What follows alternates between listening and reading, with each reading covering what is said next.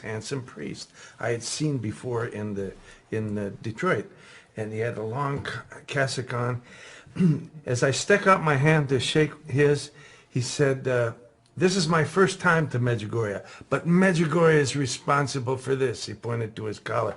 He pulled out of his carry-on a picture of himself with hair down to his belt, and he said, "My whole life was drugs, sex, and rock and roll until I saw pictures of Medjugorje and a book, and it just completely changed his life." And you get to hear him tell the testimony tonight. Afterwards, I just got to mention a couple of things. After we filmed his testimony, I asked him, which was a miracle in itself, because I didn't know how to run the big camera. Tom Tasso had done the first filming professional filming in January of 1983, and the communists had chased him back to Dallas to his house to let him know they knew where he lived. He didn't come back to Medjugorje for 20 years, but he showed up the day after Fr Callaway and I arrived, so he could run the big camera and we could get this testimony. Are we rolling, Tom? Yes. The hand of providence really fits a lot in this. For instance, at the end of the testimony, Fr Callaway gives the homily in St. James Church. And it turned out we didn't have a wireless mic, and we couldn't run a line to our camera, so Tom just made one. He put one together from scratch, and you'll see it on the ambo, the podium, right under the parish's microphone. You see something else taped with electrical tape there, and that's the microphone Tom put together, so we caught his testimony, his homily in St. James. So powerful, praise God. This little testimony, what God does in our lives are huge, and this is an example of it. It can be like an introduction to next week's Fruit Show, when Fr Callaway is going to talk about the Rosary. You know, St. John Paul the Great, on March 25th, 1984, had said Medjugorje is the fulfillment and continuation of Fatima. Our Lady confirmed that in her August 25th, 1991 message in Medjugorje. And how did Our Lady come as Fatima? Our Lady of the Rosary. The Rosary, you see it being prayed all over the place in Medjugorje. So, you know, Our Lady said, I think it was 5 years before he experienced this conversion, in her messages to us, "Dear children, today I call you especially now to advance against Satan by means of prayer. Satan wants to work still more now that you know he is at work. Dear children, put on the armor for battle, and with the Rosary in your hand, defeat him." Well, listen to Fr Callaway give his personal testimony. Awesome testimony. About how Satan was defeated in his life. Right after he filmed his testimony, I asked him, "Have you ever given this testimony before?" He said, "Well, one chapter in Jeff Calvin's book was on me, but I wasn't allowed to mention the word Medjugorje." And then later, Fr Callaway was asked to give his testimony on EWTN, his personal testimony of conversion, which he did, but he wasn't allowed to mention the word Medjugorje. I talked to him on the phone right after that, and he felt terrible about it. Well, today, he's going to be able to tell everything and tell the truth about how he was saved through Our Lady's apparitions in Medjugorje. In 1992, my life changed radically, and the person that you see here sitting before you was in no way the person that was in that image of the long hair, the hippie, the guy that was wild. I had a profound conversion experience in 1992 after hitting rock bottom in my life. I went through just about everything a young man could go through up until the age of 20. Starting when I was a little boy of about 12 years old, I started doing drugs. Now, mind you, I wasn't a Catholic. Nobody in my family was a Catholic. We had no religion whatsoever. My mother had been married 3 times, and currently she was living with her husband, who was my stepfather, a good man, but no, not religious at all. When I was 10 years old, when they married, he was baptized in Episcopalian, so I was baptized because he became my stepfather. I received his last name, Callaway, my last name. It comes from him. But all I remember from my baptism when I was 10 years old were the donuts. I have no recollection of my baptism whatsoever. I just know that I have the certificate and that it was done and there were witnesses. And so when my mother married this third husband, this third man, nothing came of it spiritually. As a matter of fact, the family was very secular, very hedonistic, living for pleasure. He was a military officer, and we started moving all around the world. Every 2 to 3 years, we moved to a different location. And I think I attribute that constant shifting and having no religion of any kind in my life to just a down spiral in my life. And we were living in Virginia Beach at that time when I was baptized. We moved to California, Southern California, and I was 11 years old. My life went down the tubes at that point. I started using drugs, started being sexually active, started drinking, started skipping school, going to the beach all the time, smoking, all that kind of stuff, partying and all that at age 11. And it just escalated to the point of it got out of control. And so we moved to a different location in California, near Los Angeles, and it continued. My lifestyle continued.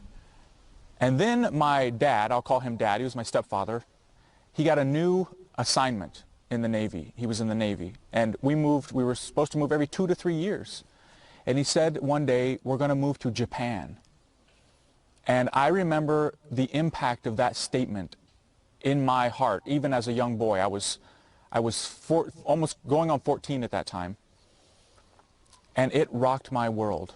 Everything that I had come to know as a young man, you know, the girls, the drugs, the alcohol, the, beach lifestyle in Southern California was going to be taken away from me. And we were going to move to this foreign country where I knew nothing about it, thought that my paradise had been taken away. And so I rebelled. And I didn't want to go, but what was I going to do? I was so young, you have to go. So I went. And as soon as we got in Japan, I told myself, I will be a living hell for my parents because they took me out of my everything that I loved, that I wanted. And I began to rebel from day one. And I got involved with the wrong crowd, with a bunch of American kids who were living over there. And I started doing drugs unbelievable. Opium, heroin, drinking a lot. Alcohol was a given. That was every day. And I started doing everything that I could get my hands on over there. I would even do stupid things like cough syrup, huffing gasoline, all those kinds of things. And I got very, very sexually active. And I was very young. I'm 14 years old at this point, and I'm experiencing all the sinful sides of life. And that lifestyle just escalated to the point where I literally ran away in Japan. I left my parents. They were living on a military base. And I fled and just ran around the main island of Japan, Honshu, with a friend who ran away with me. And we were committing what would be felonies here in the United States, stealing massive amounts of money, automobiles, mopeds, many, many things. Here in the United States, you do something like that, you do, some serious time. Over there, I was 15 years old, running loose, doing my own thing with my friend, and we stayed gone for about 2 months. And we were living the high life. Even got involved with the Yakuza, which is the Japanese mafia. Not doing big things, but doing little things for them at like casinos and stuff like that. Running around with women, unbelievable lifestyle. Just living my own way. And I had no concern about anything, anybody. My mother, my father, and they had a son, and his name was Matthew, is Matthew. And I didn't care about them. I didn't care at all. It was all about me. All about Don Callaway. And I wanted to satisfy everything I could sensually in my life. And if that meant, sleeping with a different girl every night, then so be it. Going to discotheques, throwing money, away on drugs and alcohol, so be it. I didn't care. I just lived for the moment. Now, the interesting thing is that during that whole time, my mother, who is full-blooded Italian, Lucita Bianco was her name, it's amazing she wasn't Catholic already or had some kind of religion. She literally had a breakdown because of her son, me. Her maternal heart was broke, shattered, and she as a mother and as a woman was dying. crushed, because where's her son? And she knew what I had been going through for years, coming from California to Japan, and now I was gone. Where is he? Is he dead? What's going on? Well, she went because they lived on a military base, and she wanted to just talk to a chaplain, anyone who was there. It could have been a Protestant, a rabbi, a Muslim cleric, whomever. She just wanted to talk to someone spiritual to get some advice about this pain that she was suffering as a mother. Well, thank the Lord, the priest that was the only person that was there that day was a Roman Catholic priest in the chaplain office, and he was a good priest. And she listened to what he had to say as she poured out her heart and her concerns and her, dying. And she loved what he had to say. She consumed it. She went home, told my father about it, and that started their process of conversion to Catholicism. Now, I didn't know any of that. I would only find out about that, years later, months and years later. It didn't mean anything. Even if I would have known, it would have meant nothing. I cared nothing about religion, especially the Catholic Church. It all seemed just odd to me, weird, a cult. Well, the point came where I was committing felonies and they were seeing this Caucasian boy running from the scene of the crime, and so they started to track me down. And during that, my mother had to leave the country. She had to come back to the United States without her son and find a place to live in the United States once they caught me. That crushed her. And one of the first things that she did when she came back to the United States was to go to a Catholic priest here and to follow up with that conversion process. She was not yet Catholic at that point. It was all new. I stayed gone doing crazy things, but eventually it got so bad and was almost causing an international scene that they tapped the phone lines to the military base where my dad was at. And me, being the person that I was calling my friends all the time, telling them, we just, robbed another place. Come, we'll give you some money. We'll give you the guitars we stole, the drum sets, the whole thing. Well, they were smart enough, the military police, to know that I would be doing those kinds of things. So they tapped the phone lines, and they found out that I was going to meet my friends at a certain location, and they caught me and my friend we had run away together. And I remember being caught, and I remember being enraged. Once again, everything that I loved was taken away from me. All the girls that I knew in Japan, and I had many, and all the things that I was doing, the lifestyle that I loved was taken away from me once again. And I remember spitting in the face of the military police. I had the most foul language you could possibly imagine. At that point, I had the hair down to about here, and I'm only 15 years old at this point. And I was just completely wild. And they knew that I was. And so they literally had to handcuff me to my friend at our ankles. They had to shackle my arms, and at the other times I was handcuffed with my other foot to the chair I was sitting on. Because if at any opportunity I would bolt, and I was fast, and they wouldn't be able to catch me. Well, one time I manipulated them, asked to use the restroom, and I ran away. And I was gone for not even a full day, running around trying to escape, hid in a sewer actually, trying to get away. But eventually they caught me, got me back, and handcuffed me, shackled me and everything, and literally kicked me out of the country of Japan. I was kicked out of Japan, literally. Had I been over the age of 18, I would have been prosecuted in that country, and who knows what would have become of that. But they kicked me out, both the government and our military there. And they stamped something in my passport to the effect of, get him out, in Japanese, basically, rejected, more or less. And when we left the country, they knew that I was so bad, they didn't know what I would do. Would he jump out of the plane? Would he do something stupid? They literally handcuffed me to the plane as we left. We went from Honshu, the main island, to Hawaii, and I was handcuffed. When we got out into the airport in Hawaii to change planes, I had to walk through, shackled, the airport, a 15-year-old kid, walking through with like 4 military police around me, shackled, as we went through Honolulu airport. Then we flew, handcuffed once again, to the plane and to a military police officer, to LAX, Los Angeles International. And once I got there, because I was under the age of 18 and everything that I had done was in another country, there was I couldn't be prosecuted in this country for what I had done. I wasn't of age and it wasn't on this land. So they basically said to me, your father, my stepfather, has custody of you. We can't prosecute you. Do you promise to go with him to see your mother in Pennsylvania, where she was living, and she had bought a home or was in the process of buying it, preparing, you know, for a new life. Do you promise to go with him? And I said, yeah, sure, I'll go. Well, I thought about leaving because I still had many friends in California, and I had met many people that I could easily have, you know, left and ran away and been doing the things that I wanted to do.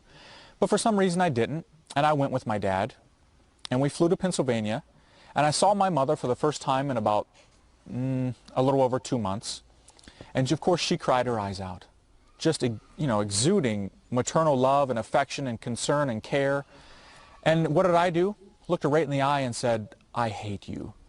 And I hated my parents. I hated everybody. I even hated myself, though I wouldn't have said it. It was all about me. Everything was about me. And I didn't have any idea of religion, nothing, nada, not an inch of religion in my life. And I went to this rehabilitation center, not of my own free will. It was kind of an agreement that though we can't prosecute you, you will go into a rehab. And so I did. And that was in Altoona, Pennsylvania. And that didn't work. Because I didn't go there of my own free will, I relapsed in the rehab, ran away from the rehab, got caught, learned how to do more drugs that I wasn't exposed to in Japan in the rehab. It was a mess. Was there for about half of a summer. Got out. The next day, when I moved back in with my parents, they thought everything would be fine. He got help. He got, you know, therapy or whatever, counseling. No, it didn't work. That very night, I drank a whole bottle of vodka. Started right where I left off. Got introduced to the, you know, girls in the town and all of that. Looked for the friends who were the outcasts. Looked for the people that I could cling to that would bring me back into that environment that I wanted. And sure enough, if you look hard enough, you'll find it. And I did. And so the whole thing started again. Now, during that whole time, my mother, my father, and my half-brother, Matthew, became Catholic. And I knew that there was a change in them. My mother was different. She wasn't screaming anymore. She wasn't enraged at my coming home drunk and, you know, in a stupor, stoned out of my mind on these drugs, or when I would just leave the house for a week and not come back. When I would come back, she was different. Upset, certainly, as a mother, but she was changed. And I didn't attribute that to the religion. I just thought, well, who knows? You do your thing, I'll do mine. I just need to take advantage of you to get what I want. And so the religion meant nothing to me. The fact that they had become Catholic meant nothing. Actually, I remember a couple times criticizing them about it because they started putting my brother into a Catholic school. And I thought that was odd because they made him dress, you know, with a white shirt and a black pants, and I thought that was like a cult or something. Well, my life continued. Got involved very sexually, even more so than I was in Japan, with many girls. Started using drugs, as I said, that I never used in Japan. Started using LSD, heroin, crack, cocaine, mushrooms, uppers, downers, everything you could possibly imagine, and I did this stuff daily, every day. I didn't have an identity left. I mean, everything was melting to me. You know, there came to a point where in those days there was a band called the Grateful Dead, and I started following this band all up and down the East Coast, and I was literally at times living on macaroni and cheese and marijuana in a tree trunk in places like West Virginia. Got thrown in jail in Louisiana. I don't remember how I got there, but I ended up in jail. My friend bailed me out, and we left the state, just wandering, doing what we wanted to do, living our lifestyle, having relations with women all up and down the East Coast. It was a mess, an absolute mess, but I didn't think anything of it. Eventually, of course, at this point, as is obvious, I dropped out of high school. At this point, I'm not going to school anymore, dropped out. My hair at that point was all the way down to my belt. Got an earring, still have my tattoo on my shoulder. I got one of those. I barely remember getting the tattoo. Just a life cycle of death, of absolute death. And I knew that if I continued in that I would die. And there came a certain point where I started to live with my parents again, not because I wanted to, because I had nowhere else to go. And they suggested that I go to another rehabilitation center. And somewhat willingly, I went. And this one was to be in Philadelphia, Pennsylvania. I went, but it didn't work. As soon as I got in, the people that were in there, we started talking about old times, telling war stories of drug, nights and all those things. Well, the day I got out, after having been there for about 6 or 7 weeks, I relapsed, went into the same lifestyle, got worse, started doing more drugs and heavier amounts, and it just got worse and worse and worse.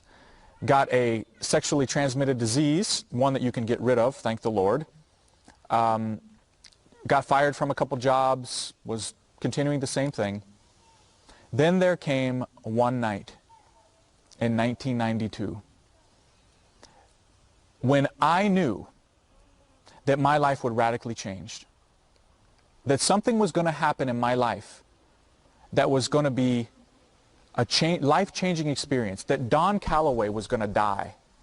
I didn't know what that meant. I didn't even understand it.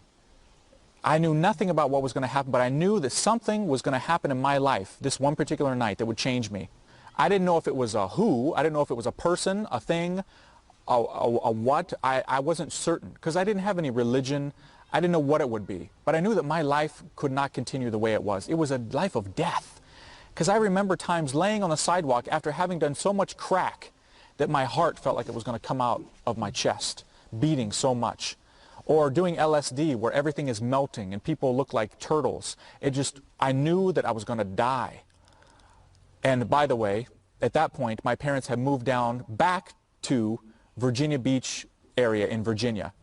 And that was 10 years ago from when I had been baptized, 10 years old, in Virginia Beach. So we had come full circle back to where my whole life had kind of gone astray. Well, I knew this one night in 1992 that I had to stay home. Something was coming, but I didn't know what. So I stayed at home, and that was rare, believe me. People were calling me, aren't you coming out? Aren't you going to go partying? What's her name's waiting for you? And I said, no. And they were asking why, and I said, I don't know. I just can't do it. Stayed in my room, and naturally, because I didn't know what to do, I got bored almost immediately. So I went out into the hallway, and I wanted to look at some kind of a magazine that had pictures, like a National Geographic. I was always into nature, things like that. So I wanted to pass the time waiting for the death, whatever it was, to happen. Well, I went out into the hallway, looked at the bookshelf, and there was nothing like a National Geographic. There were poetry, Shakespeare, encyclopedias, things like that. But there was one book that caught my eye. And it caught my eye because I didn't even know how to pronounce what was on the binding. I looked at the binding, and it said, "The Queen of Peace visits Medjugorje." Believe me, I didn't even know, queen? Who's a queen? Of peace? Medjugorje? I didn't even know how to pronounce the word. I had no idea what this, I thought, did my parents learn a foreign language or something? What is this? So I took the book off the shelf, and I thought, well, okay, maybe this is something of religion, so I better not let anyone see me reading this. I opened up the book. Right in the middle were the pictures, and I looked at these pictures, real pictures, not paintings, but pictures that were taken, and I didn't know what to make of them. I saw 6 little children, hands folded like this, looking up into nothing. And I thought to myself, what is this all about? So I read the caption below the pictures, and it was to the effect of, "The little children are now seeing the Blessed Virgin Mary." This was a whole new language, a whole new world to me. The Blessed Virgin Mary? What's a blessed? Who's a virgin? Who's this Mary? I was so raw in my understanding of religion and of Christianity, I didn't even know who Mary was. I didn't know there was a Virgin Mary. I didn't know who Jesus was. I thought Jesus was like Santa Claus, something to make the kids happy. I had no idea. I was raw, just a blank sheet. And I looked at it, and I looked at the pictures, and I saw a cross. And I had remember seeing crosses on TV evangelist, and I had an aunt who was religious, and I remember thinking to myself, okay, this is something about Christianity. And I flipped and I looked at some more of the pictures, and it was a whole language that I did not understand. The word, the rosary, communion, Eucharist. I had no idea of this whole language, and it fascinated me. And I thought to myself, well, I've told myself I'm not going out. Let's see what this is all about. Let's see what my parents are into, because I think they've joined a cult, and this seems kind of odd that these little children are seeing something that I don't see. Let's see what this is about. I started at the very beginning of this book. This book was written by Father Joseph Pelletier. And I began at the very beginning, and there were words I did not understand, concepts I had no idea about, sacraments, transubstantiation, all this Catholic language, I didn't have a clue. And yet I began to read, and I consumed that book. And it's not a small book. It's a book about that thick. I read that whole book by about 3:45, 4 o'clock in the morning. I ate that book like it was life, more important than the air I was breathing.